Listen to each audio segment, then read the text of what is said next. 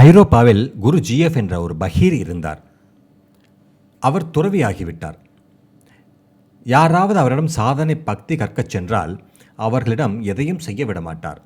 ஆசிரமத்திற்கு ஏற்படும் செலவுகளுக்கு டொனேஷன் கொடுத்து அங்கே தங்க வைப்பார்.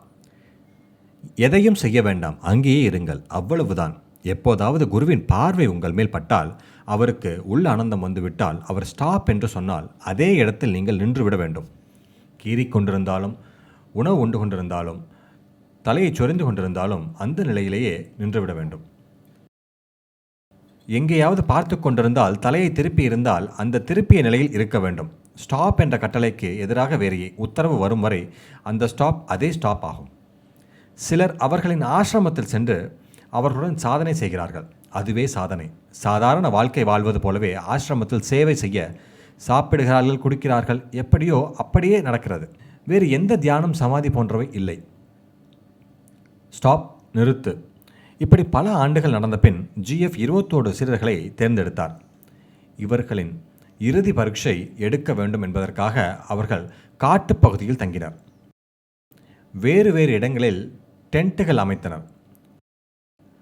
அருகில் ஒரு உலர்ந்த கால்வாய் இருந்தது. எத்தனை நாள் அங்கே இருப்பார்கள், என்ன செய்வார்கள் என்றே தெரியாது. ஆனால் அவர்கள் அறிந்து ஒன்றுதான், ஸ்டாப் என்றால் ஸ்டாப் செய்ய வேண்டும். அதே கட்டளை. ஒரு நாள் காலை 3 நண்பர்கள் அந்த உலர்ந்த கால்வாயில் சுற்றி நடக்கச் சென்றனர். மார்னிங் வாக் செய்து கொண்டு இருந்தனர்.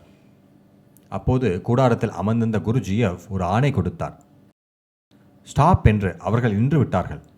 உலர்ந்திருந்த அந்த கால்வாய்க்கு தண்ணீர் திறந்து விடப்பட்டது. ஆணை இன்னும் அதே ஸ்டாப். ஆனால் தண்ணீர் ஓடத் தொடங்கியது. தண்ணீர் முழங்கால் வரை வந்தது.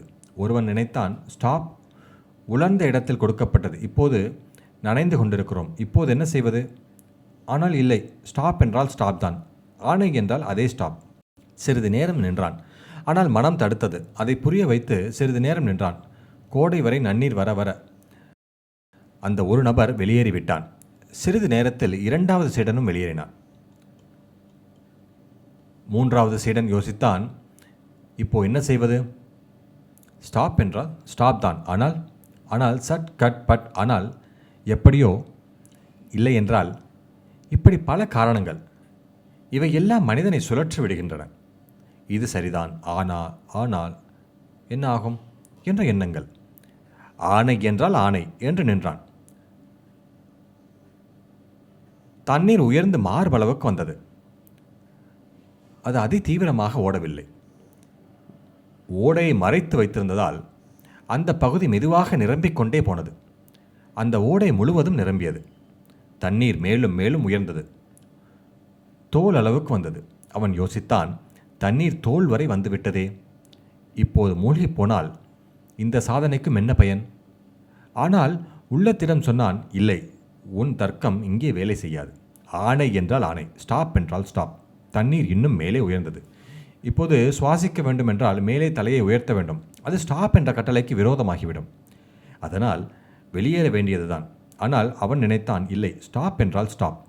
அவனது உள்ளம் உறுதியானது. முழு சிந்தனையும் மேலே எழுந்தது. இப்போது அவன் நனைந்தவனாக இருந்தான். நீரின் அலைகள் உதடுகளை தொட வந்தன. நீரின் அலை உதடுகள் வரை வந்தது. அவனுக்குள் உணர்வு எழுந்தது, குரு வந்துவிட்டார். மனதில் ஒரு உணர்ச்சி மீண்டும் எழுந்தது. ஆனால் உறுதியுடன் ஸ்டாப் என்றால் ஸ்டாப். அந்த தீர்மானம் மேலும் வலுவடைந்தது.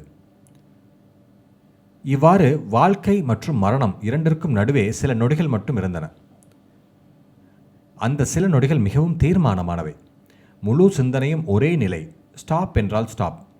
முழு மனம், முழு அவசான மனம், சிந்தனை, அறிவு, அச்சறிவும் எல்லாம் ஒன்றாக அதே ஒரு நிலை, ஸ்டாப் என்றால் ஸ்டாப்.